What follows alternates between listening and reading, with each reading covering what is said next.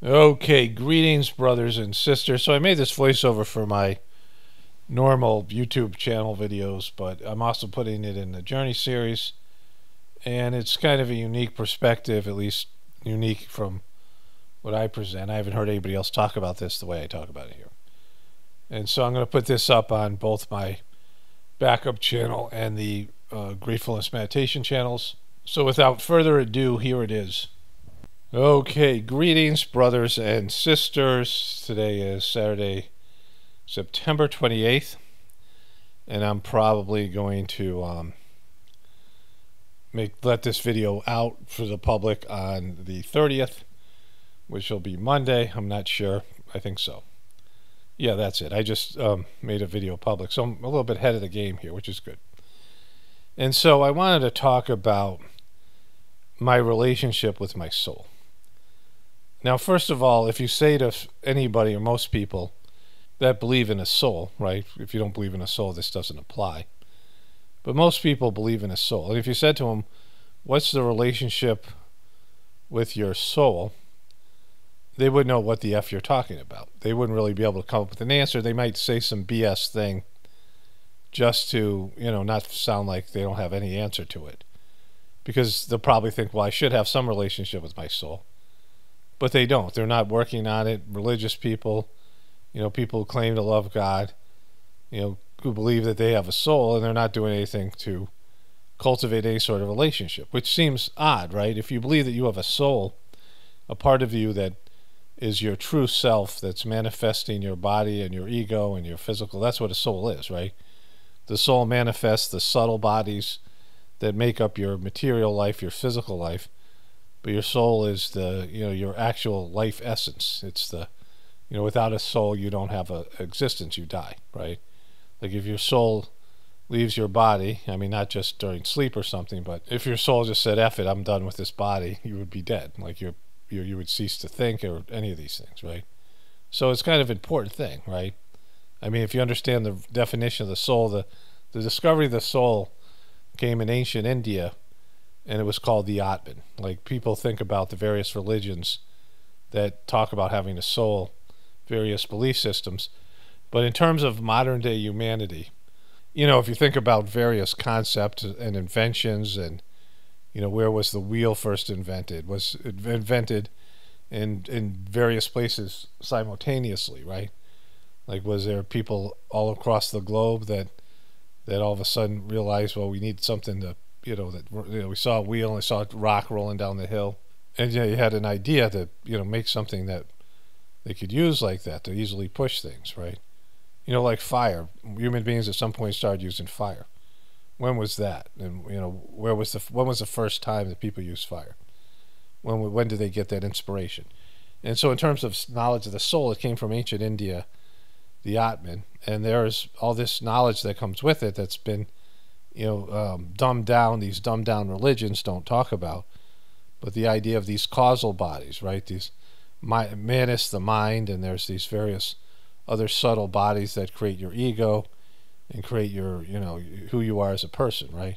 And so people don't even, think about any of those things. Don't cultivate a relationship with their soul. Don't think about it.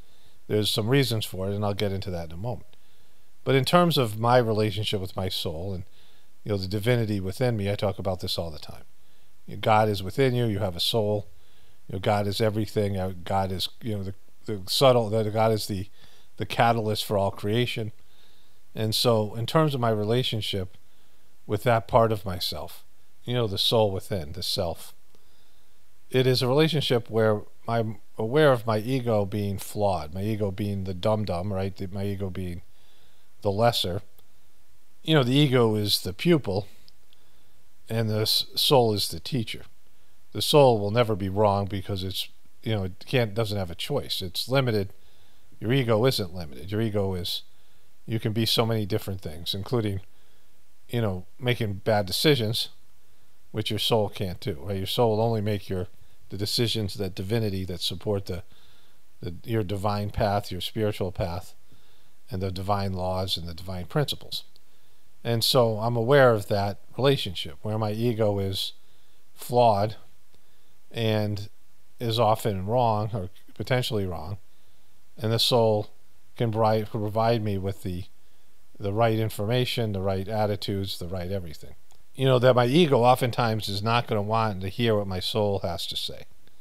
And there's no conversation, so that's not an accurate, but the soul's point of view about something and my soul's understanding of something and the ego's understanding are completely different. And where my ego might get upset at something and feel like it's wrong, if you had a conversation with God all the time, if God was there, you could talk to God, you'd be pissed off, your ego would be pissed off at God like 99% of the time, right? Like 99% of your time, your ego would not want to hear what God has to say, right? Let's say you're about to make a decision, and the decision is about something you want to do. Like you want to do something that kind of is the wrong thing. Like it's the bad decision. It's likely going to end poorly, but you just really want to do it. And if you had a conversation with God, God would say, of course you can't do this. What are you thinking about? Why are we even talking about this? It's silly. And you would get pissed off because you really want to do it and you don't want God telling you what to do. And that's what the relationship with the soul is like, right? And being aware of that you're bringing in a, wisdom and maturity and moderation and restraint to an ego that just wants to do whatever the fuck it wants to do, whatever it wants to do it, right? And so that's the relationship I have with my soul. That my soul, quite often, my soul's opinion about something or just how it feels about something. Maybe, my soul and my ego agree. It's just my ego's like amped up or, emotional about it or, whatever it is. And my soul's like, it's not that big a deal.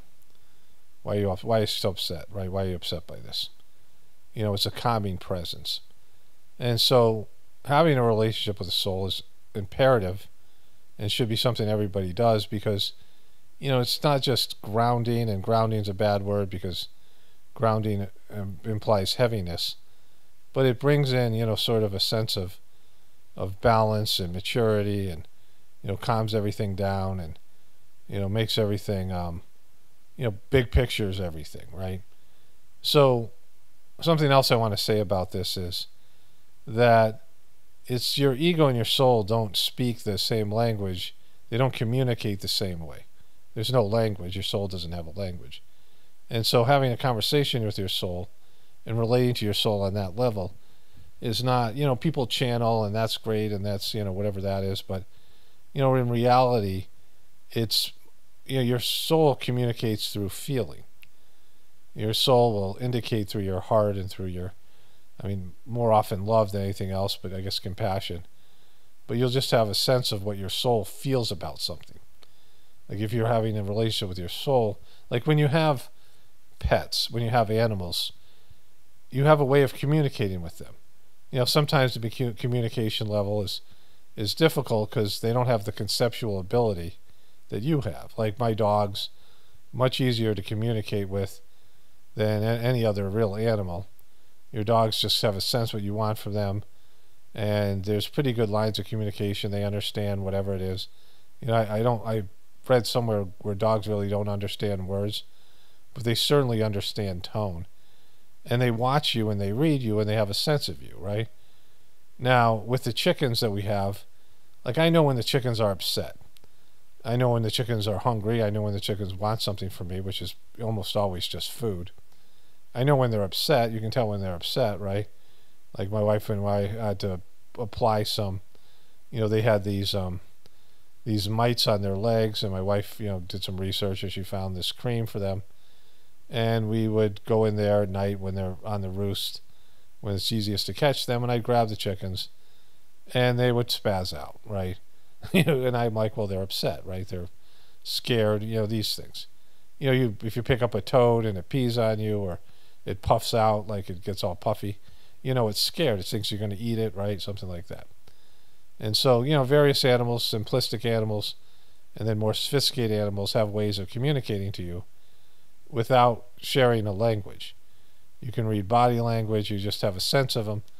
But, the communication is limited because you have different levels of comprehension and, more complexity as a human being. And so, it's just you do the best you can, right? And it's never going to be like a conversation you can have and that kind of a thing, right? There can't be extensive dialogue. It's just going to be simplistic. And so with your soul, it doesn't have a language. Your soul creates your ego, which creates your mind, creates the parts of you that you need to interact with the world, engage with the world. But those are all physical manifestations, and your soul doesn't have the ability to think like you think. Your soul, just like with God, once you start thinking, then you can get things wrong. When you start thinking, you start making your own choices, right? You start having your own opinions and things of the world, right? And so your soul doesn't have any of that. And so when you have a relationship with your soul, it's really just letting you know how it feels about something. Whether, there's energy there, like you could feel like you really want to do something. Oftentimes people have a relationship with their soul and they don't even know it. Of course you do. Everyone has a relationship with their soul. They just aren't conscious of it, right? They're not aware of it. But your soul is letting you know all the time about the choices that you make. And, it's subtle, so you have to really go within and actually ask those questions and, want the feedback. You want the feedback from your soul, right? And if you practice this long enough, it becomes automatic. That when you're making choices, your soul just doesn't let you make the wrong choices. You make more and more mature choices, more and more, the choices that the divinity within you wants you to make, and you make better decisions because, your ego is minimized. And there's, as you get older, I mean, the way it's supposed to work is this, that you're born and you have to manifest an ego. You have to manifest the qualities that you're supposed to exhibit during this life. Have your samskaric patterns, your past impressions, and who you are as a person. You have to have, opinions about things and likes and dislikes and, tendencies. And you have a personality that develops through your experiences. And it's all about developing your physical life and who you are as a human. And then as you get into the adult years, you become more aware of your spiritual side and you start cultivating that relationship. And you need, your ego, you need your energy, you need your, emotions and things and your preferences. But then after a while you realize a lot of those things are, you're not making the right decisions because of your desires and the things that you think you really want. And when you get those things, you realize, oh, I really didn't want those things in the first place. And so your soul, you start surrendering to your soul, which guides you on a spiritual path. And we start making decisions, like I said, based in these experiences of feeling your soul and what your soul wants you to do. And when there's times to make choices, especially the big choices, you know what you're supposed to do. And there's a mix of your ego and your soul, right? I mean, when I give these talks here, inspiration comes to me. Some of it's me, some of it's my ego, some of it's the way I conceptualize the world, but most of it, and the more, the better stuff, the stuff that's more profound and more, has more value or should have more value, comes through the spiritual side, comes through the etheric world, whether it be my soul or some other etheric being that's, communicating with me in some way or using me as a conduit, right? This is how the Sajmark system works. And as you get older and older, the ego disappears. The ego just starts to be minimized. And more what you're exhibiting is, and this is what's supposed to happen. It doesn't really happen in most people's cases because they don't engage in the process of making it happen, right? But your soul starts to, take over and starts to, manage everything in a very subtle way, not, dominating your ego, but just your ego is surrendering to your soul, and your soul's sees the soul as the, the catalyst, the divine being, the creator of the your life and who you are as a person, your ego. And your soul starts to emerge, and more your soul just pours out of you. And ultimately this idea of layavasta, the Sanskrit word for merging with the soul or the self, and in the most divine cases, the best case scenario, the most evolved people, your soul has reached its peak, its evolves to the highest levels of spiritual attainment, and it's pouring out of you as a human being, and your ego is, there, but more or less not even, your ego has become divinized itself, right? And so that's what it means to merge in God. When God merges in you, where your divine essence, the highest level of, person that you could be, your best version is now manifested, and these small self and these egotistical behaviors and emotions have been, you evolve past those types of things, right? And I'm saying this because, I was thinking about how there are people that come to listen to me, and they see that I have something of value, this stuff that I'm talking about here. And they see that I can see things differently, and I'm on a different level or whatever in terms of my, spiritual progress or whatever it is, like in terms of my conceptual abilities. But ultimately, I'm going to say something their ego doesn't like. Or just, the way I am as a person or something rubs them the wrong way. And it gives them an easy excuse to dismiss what I'm saying because they can see some character flaw or something that they think is lesser than in me or whatever it might be, right? Because that's how the human ego works, is that your ego wants to be what it is and the things that it's attached to.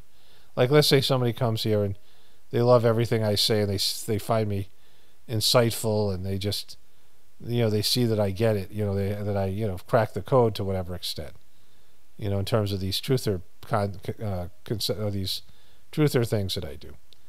But then I say, oh yeah, Trump is in on it, and their ego doesn't want to believe that because Trump is, their savior or whatever it is, right? And so if they find some way to dismiss me, there's that one person that recently wrote that I didn't know some, that guy, whatever his name, Dr. Ben Carson. I didn't know that he was a doctor, and I said he was a preacher. And he said, when you make mistakes like that, I can't share this with my dopey family. I'm like, fuck your family, bro. Like, I don't care about your family. Because, when somebody does the kind of work that I'm doing, and it isn't, there's much higher levels of this type of work. But when someone does this kind of work, you should be nothing but grateful that, for those of you who have some kind of spiritual awakening from my videos, and I play that role for you because it's really about you. Because, I've had like hundreds of millions of views, and maybe, I don't know, at most 5,000 people, 10,000 people, I don't know how many it is, have had some sort of, awakening about their spiritual self because of the, and I talk about it all the time. So really it's not about me, it's about the people who are looking for that thing, looking for that experience. They're looking to have a spiritual path. I mean, I don't even know, it might be less than 1,000. I have no idea of how to, and there's lurkers and there's people who've never commented about it, but they've had some kind of spiritual epiphanies because of what I say, right? And so I'm being a catalyst for something that they're craving, and it happens to come through me, right? And when somebody does that for you, and divinity pours through them, and you're willing to act as a conduit for communication to you.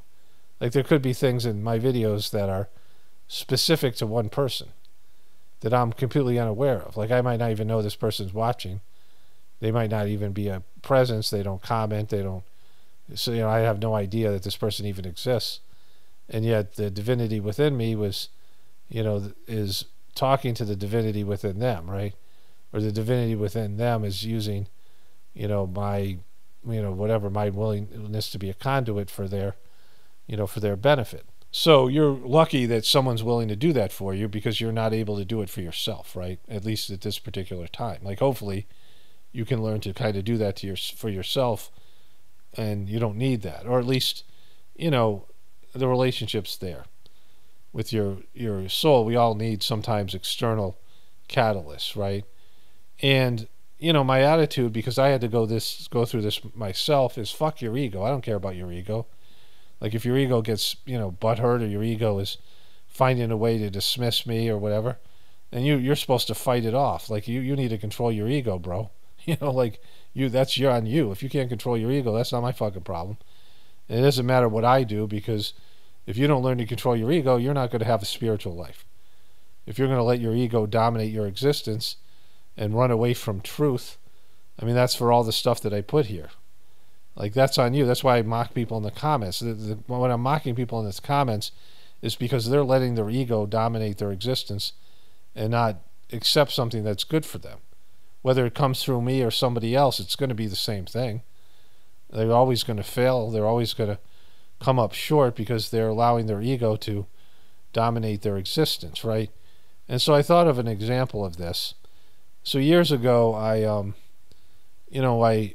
was a preceptor, and my ex and I were both preceptors, and Master Charji, we all had these certificates that said that we were able to impart these sittings, these individual sittings where you sit across from somebody, you transmit, and then you clean their hearts and things. It's a volunteer position. There's no cash. It's not a job. You're not a part of a clergy.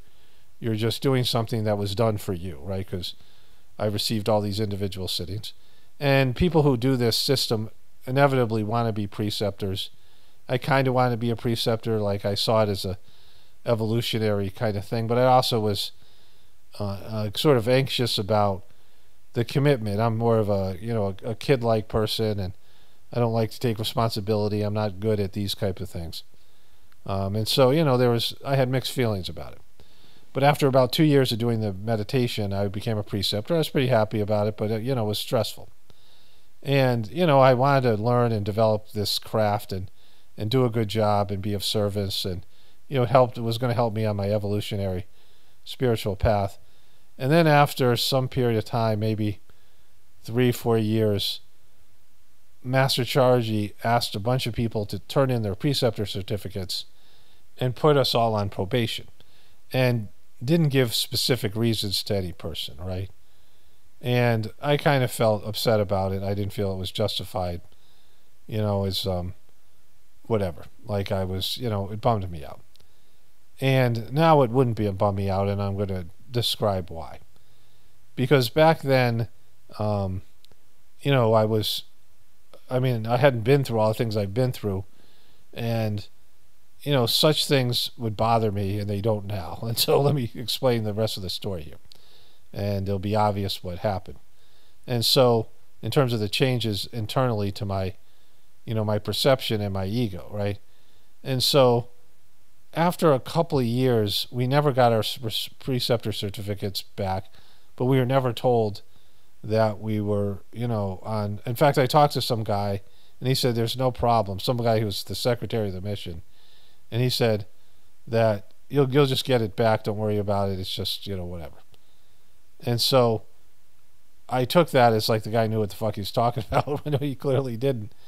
And so we were supposed to still give sittings even though we didn't have the certificate, but we were never told that we were no longer preceptors, right? And a couple of years went by, and a preceptor was telling me a story about how Charji did the same thing in India, in Chennai, India, where he was living, because somebody accused him of stealing the properties and putting all these ashrams, which were, belonged to the mission, and putting it in his son's name, which of course he didn't do. And Charji was so upset that to some senior person that he felt was like, was one of these people that he knew for a long time and things, would accuse him of something like that and be completely wrong about it. And he got really hurt. Like, he's just, some part of his, it was depressing for him that all these people were, it was just, he was aware of behaviors that weren't the kind of things that people should be doing as spiritual people. So he took half of their preceptor certificates, or he took all of their preceptor certificates in the area. There's 20,000 people. There's probably like 500 preceptors in Chennai. He took all of their certificates, and he only gave half of them back. And I realized, I said, wait, I never got mine back. So I wrote to him, and there was some confusion on the other end, and finally the guy who told me I would get it back, the secretary, replied and said, Master says, Charji said, that only people with certificates are supposed to give sittings, which was not a good answer. Like, it was kind of like, I mean, he was always a very competent person, and this was done very sloppily, and the whole thing bummed me out and bothered me. But over time, I realized it was a positive thing because I was just overwhelmed. You know, I talked about my ex and, you know, her mental breakdowns and all these things that I had to deal with. You know, I mean, we'd have arguments and I'd have to hide all the knives because she'd threaten self-harm or threaten suicide. I mean, just it was like hell that I lived with. And, you know, having 6 children there, 4 children of my own, 2 from her previous situation, and living in poverty and just the struggles and just, it was a nightmare. Being a preceptor really wasn't, I mean, it just wouldn't have been doable. And also, when you become a preceptor, you start a center, like wherever you're living, you create like this energetic field, and there'll be people there who come to you and they are experiencing, you know, benefit from, you know, you have a personal relationship with them. And if you just move, you can't do that. And we had to move a lot. We moved, you know, a couple of times, and then we went to India. And so, like, we wouldn't have the ability to just go do that. Like, you have to be more responsible.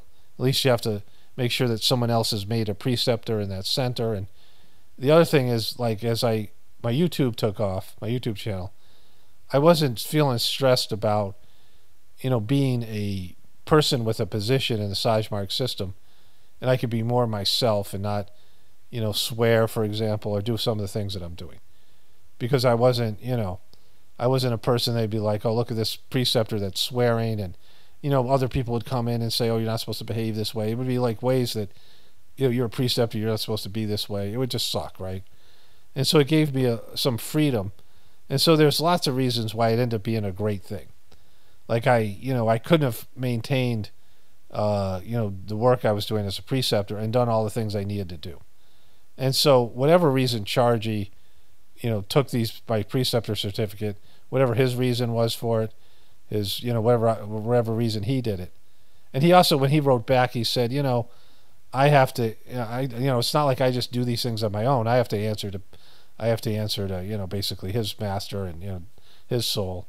You know, it's like he was basically saying, it's not like my choice, you know, like I'm giving orders all the time. I've surrendered to, you know, my soul and, you know, this master within, and I have to do whatever the divinity within me tells me, which I didn't understand then, but I understand now, right?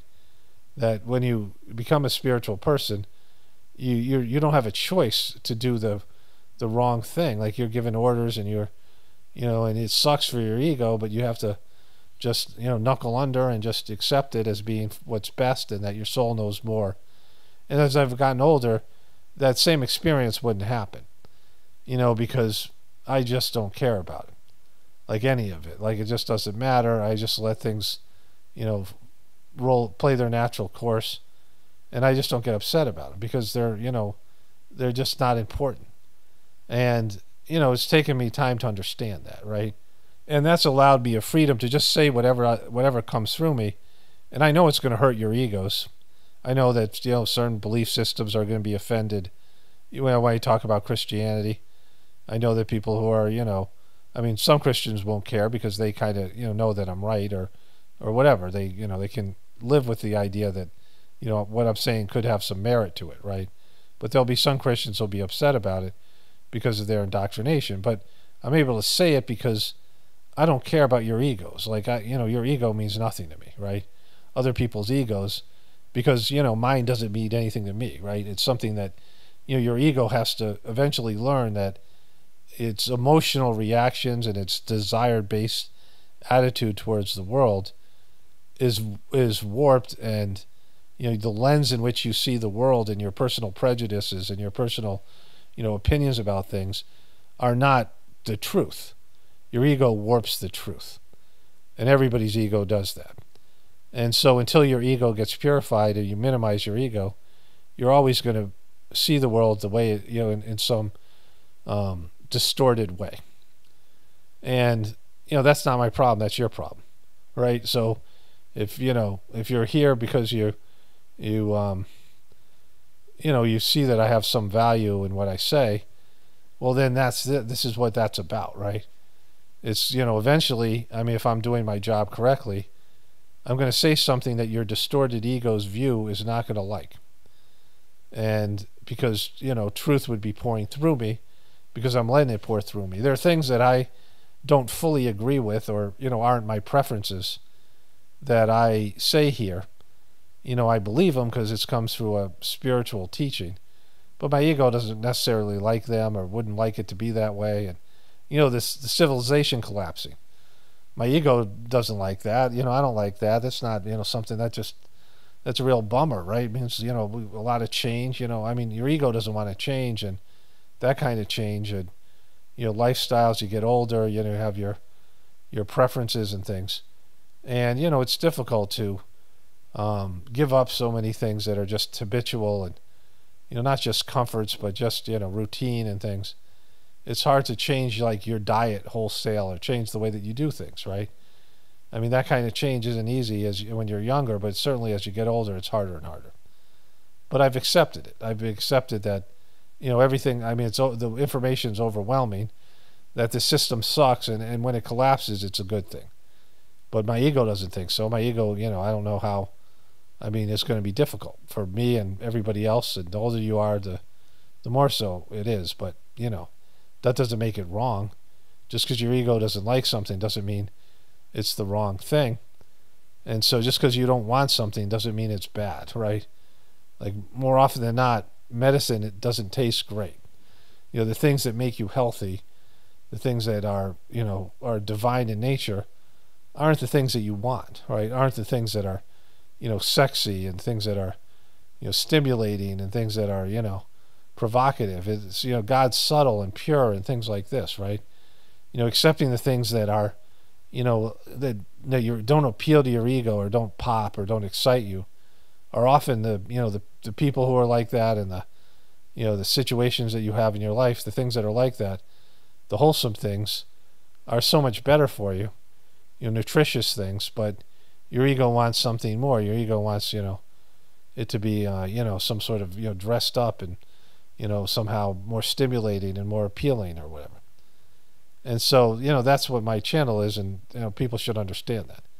That if your ego gets upset, well, that's your problem. Like, control your little bitch, bro. Like, your ego's your little bitch, and, stifle your little bitch. Just, if you want to say something, don't do it. Like, I don't want to hear it. That's not, your ego wants to say something to me because it's upset, but really it's because, your ego is, emotionally and desire-based, the desire-based intentions are distorting reality. And when that distorted reality gets confronted, you whine like a little bitch, right? And that's not, you need to work that out, right? So that's why I say the things I say in the comment section and the rest of this stuff. That's my attitude towards it, because, I'm providing a service here. And that service is, to verbalize something, or be a conduit for the verbalization of the collective souls of my audience, right? Which is a good job to do, and should be something that's appreciated, because most people don't want to do that kind of work, or can't, even if they wanted to. Anyways, let's get into the other stuff here. Only spirituality will save this world. It's Paul Romano, definitely point for the apocalypse. And the ascension, everyone have a blessed day, and be grateful.